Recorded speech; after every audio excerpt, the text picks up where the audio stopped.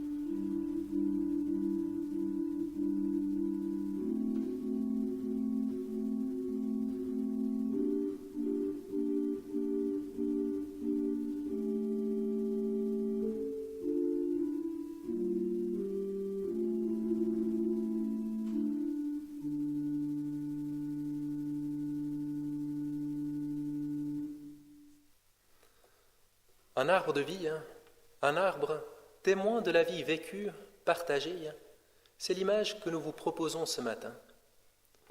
Comme vous pouvez le voir, cet arbre est entouré par deux bras de rivière, deux bras qui viennent dans le prolongement du vitrail. Cela nous rappelle que c'est toujours notre Dieu qui nous donne la vie, qui nous la redonne, que rien ne l'empêche de nous manifester son amour. Pour faire mémoire des événements que nous avons vécus dans nos paroisses cette année, nous pouvons penser aux événements plus joyeux, avec le feuillage qui donne les couleurs, les fruits qui peuvent nous nourrir, les fleurs aussi qui nous réjouissent. Avec cela, nous pouvons repenser au baptême, aux présentations, bénédictions, aux mariages qui ont pu être célébrés. Nous pouvons aussi penser aux couleurs moins joyeuses, mais néanmoins nécessaires, en particulier avec le tronc. C'est lui qui fait le lien pour monter l'eau depuis les racines jusqu'aux feuilles, jusqu'aux fruits, pour que la vie puisse circuler. Une image aussi pour nous rappeler de ces personnes marquantes sur notre chemin de vie qui sont décédées durant cette année.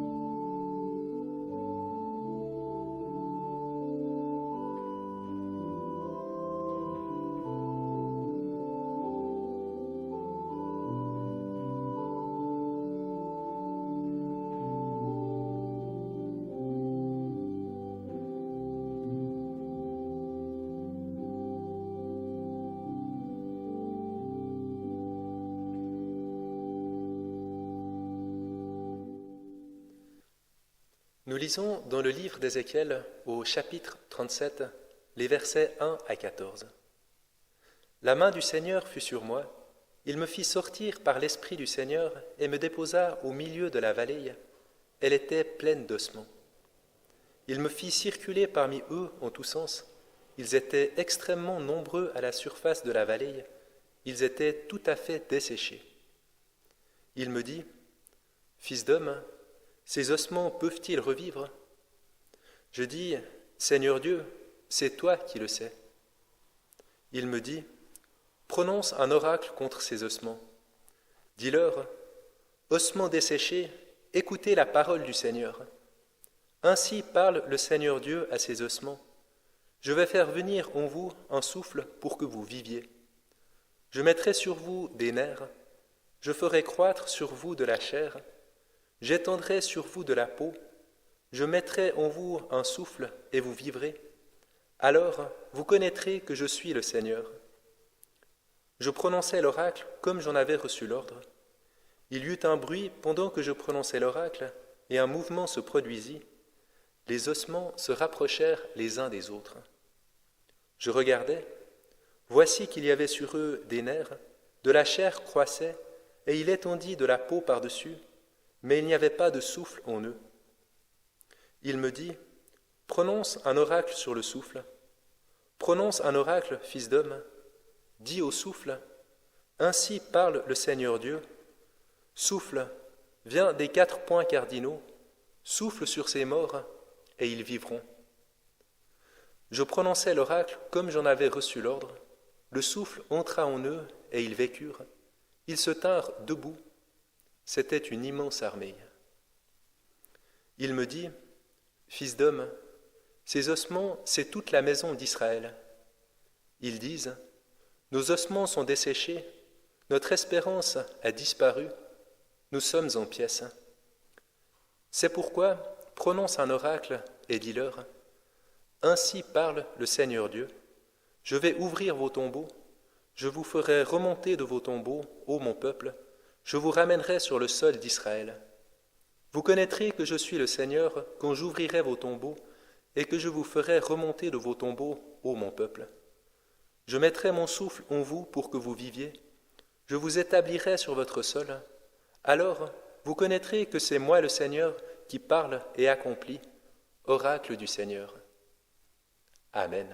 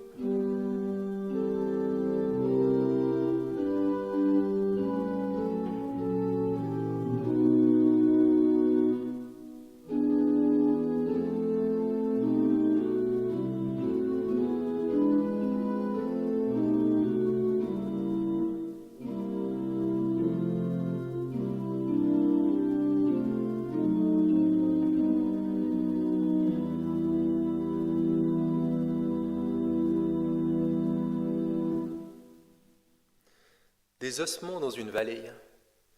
Difficile d'imaginer un point de départ plus glauque, plus morbide.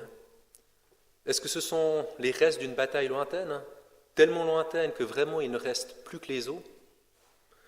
Le texte ne le précise pas, mais un point qui est sûr, c'est qu'aucune sépulture n'a pu être faite, aucun des rites, aucune des pratiques habituelles pour les morts n'a pu être faite, simplement des corps qui sont restés là, des personnes qui n'ont pas pu être accompagnées dans ce dernier voyage. Une situation qui nous interpelle, une situation qui peut aussi nous paraître contemporaine au vu de notre année 2020, si nous pensons à ces proches que nous n'avons pas pu entourer, dont nous n'avons pas pu prendre congé en leur disant au revoir, dont nous n'avons même pas pu assister à une cérémonie. Le texte ne s'arrête pas là. Nous aussi, continuons notre cheminement. Quand Dieu demande si ces ossements pourraient revivre, le prophète affirme son impuissance, son ignorance. Seul Dieu peut répondre à cette question. Un point que je relève, c'est que si le prophète s'était fié à ses observations, à ses constats, alors il aurait dû répondre que non, c'est les ossements, c'est terminé, rien n'est plus possible. Alors qu'il n'y a plus de raison d'espérer, toutefois il reste dans une attitude de confiance. Si Dieu le veut, peut-être que quelque chose est possible. Nous aussi, nous pouvons soit nous en remettre au constat logique, trouver toutes les bonnes raisons d'être pessimistes et de nous arrêter, soit laisser encore un peu de place à l'espoir, se dire que notre Dieu peut, même ici, nous ouvrir un chemin de vie, nous donner une raison d'espérer. Cette vision pourrait n'être qu'un joli texte, si on prend les 10 premiers versets, mais les 4 derniers nous indiquent que c'est bien une prophétie, ce n'est pas juste une vague image, mais c'est bien une annonce de ce qui va se passer, de ce que Dieu opère. Ce que dit ce texte, c'est que Dieu continue à envoyer son souffle de vie pour nous relever, pour nous rendre vivants. Et cela nous amène au souffle. Le mot qui est utilisé peut désigner aussi bien le souffle, le vent, l'esprit, ou encore la respiration. Je me dis que la meilleure traduction, ce serait le souffle qui nous fait vivre, ou du moins ce souffle par lequel nous vivons. C'est le même mot qui est utilisé en Genèse 1 et qui participe à la création avec Dieu. Et quand Dieu crée Adam, il façonne d'abord son corps, puis c'est seulement quand il insuffle, quand il lui donne son souffle, qu'alors ce corps peut prendre vie. Nous avons un corps, nous vivons dans ce corps, mais nous avons encore besoin d'un élan, une force qui nous vienne d'ailleurs pour être pleinement vivants, pour être simplement vivants. Nous nous rendons compte que même si nous avons la santé, nous avons encore besoin d'avoir une raison de vivre, une motivation pour continuer notre marche et faire le pas suivant. Et le moins qu'on puisse dire, c'est que c'est difficile d'attendre cela d'un amoncellement d'ossements, de ce qui est simplement sans vie, de ce qui n'est plus. C'est justement là que ce texte nous ramène. Parce que ces ossements, justement, ils ont retrouvé de la chair, et par-dessus, Dieu envoie son souffle pour redonner la vie.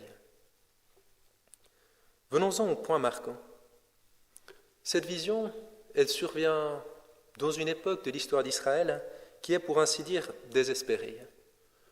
Le pays a perdu son autonomie, il est dominé par des voisins plus puissants, et tous ceux qui avaient de l'argent, des richesses dans le pays ont été déportés.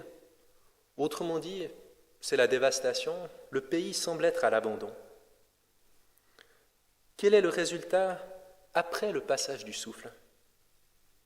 Ce que dit le verset 10, c'est que les ossements sont transformés en une puissante armée. Autrement dit, c'est le pays qui retrouve sa puissance, donc potentiellement aussi son autonomie.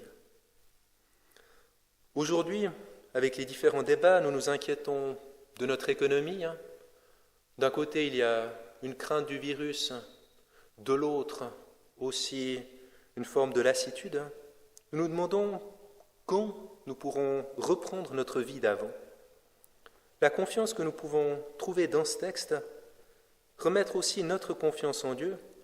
Il ne nous abandonne pas là au milieu, mais ça aussi, il le traverse pour nous, il le traverse avec nous.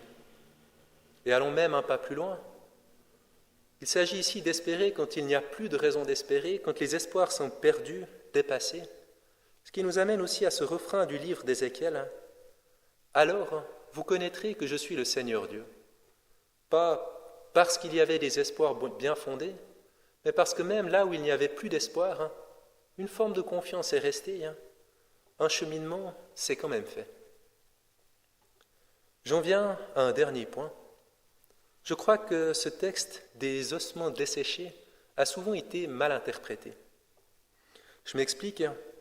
Pour nous rassurer, nous voulons souvent le lire dans une perspective chrétienne et nous convaincre que ce sont des individus, vous, moi, les personnes que nous aimons, qui vont ressusciter telles quelles, qui vivront à nouveau comme avant. Mais dans ce texte, la préoccupation, elle me paraît être ailleurs. Ce n'est pas tellement des individus précis qui ressuscitent, mais c'est un pays, une communauté qui reprend vie, qui se relève. La question n'est pas de savoir si un tel revivra comme avant, mais plutôt de savoir si notre communauté, qu'elle soit nationale, familiale, religieuse ou autre, retrouvera vie. Cela nous permet de revenir à une perspective chrétienne par laquelle je conclus. Notre Dieu ne se contente pas de me rendre vivant, il envoie aussi son souffle sur les personnes qui m'entourent, sur les personnes qui vous entourent, sur les communautés dans lesquelles nous vivons. Avec notre corps, portés aussi par cet élan qui nous vient d'ailleurs, nous devenons témoins de ce souffle de vie. Alors, nous participons à ces communautés porteuses de vie, à ces communautés qui reconnaissent Dieu comme leur Seigneur. Amen.